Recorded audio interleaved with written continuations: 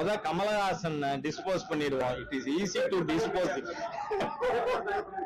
அதாவது வெட்கம் கெட்ட நபர்.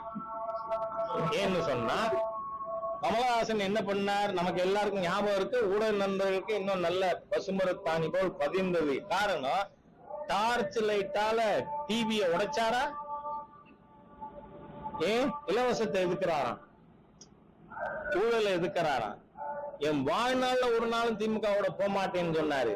இன்னைக்கு பாராளுமன்றத்துல ஒரு தொகுதி கூட வாங்கல. அது என்ன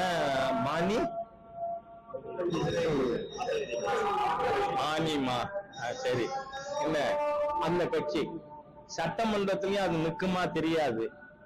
தனக்கு ஒரு ராஜ்யசபா சீட்டு வாங்கறதுக்காக வெட்கம் இல்லாம டார்ச் லைட்டை கொண்டு அடமானம் வச்சவரை பத்தி நீங்க கேட்கறதும் அனாவசியம். அதுக்கு நான் பதில் சொல்றதும் அனாவசியம்.